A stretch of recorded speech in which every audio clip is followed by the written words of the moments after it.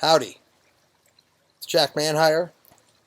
Welcome to week 2 of Ethical Decision Making in Wealth and Risk Management at Texas A&M University School of Law. I'm outside of my house, and as you can see, my wife, some of the kids have started decorating. We do not have a spider problem. Okay, so this week is about the decision-making process. We talked a little bit about the ethical part last week in dealing with values as the source of ethics. Talked about the Aggie core values as a possible source of organizational or corporate ethics. And now we're going to talk about the decision-making process. And again, at the end of the course, we're going to mush them together. So I'm about to make a decision in recording this video. The decision is that without a helmet and, quite frankly, without any shoes, I'm going to get onto this Segway device, and I'm going to record this video.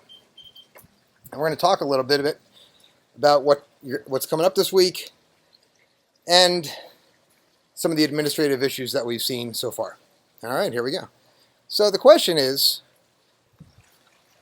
I just made a decision. I made a decision to record this video on this gyroscopic machine without any safety equipment, and quite frankly, holding a not inexpensive Macintosh laptop to record this. All right, well, that's a trivial example of a decision, but it's a decision nonetheless.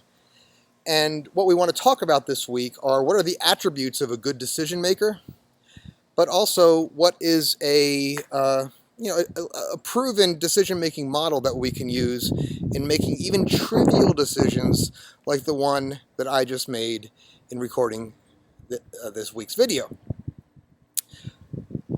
Now, the decision-making model, again, as I said before, does not need to be the exact one that you choose. You can choose any decision-making model that you want. You want to make sure that it's one that accomplishes what you want to accomplish.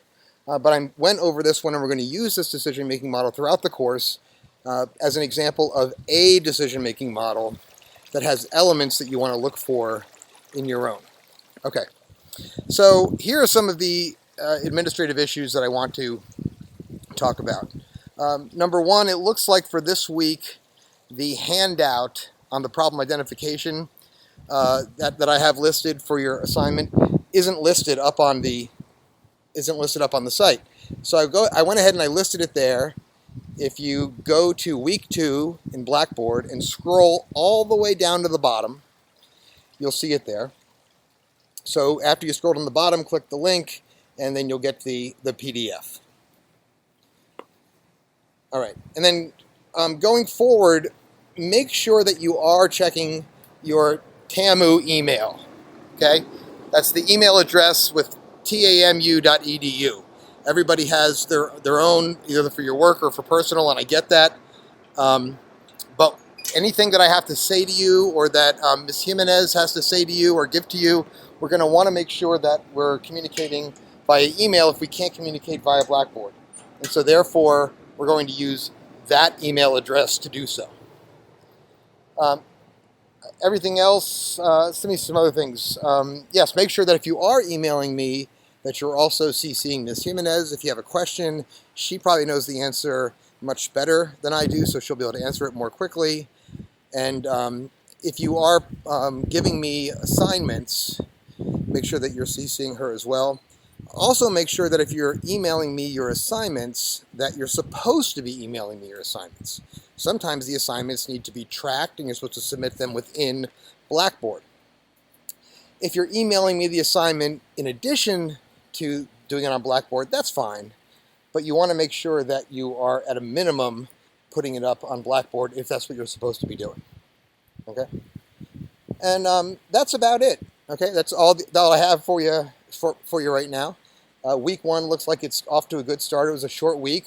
We're going to return to the whole Monday to Sunday night week for week 2.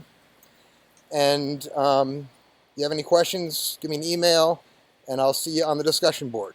I just hope that I don't hit this tree. Oh, jeez!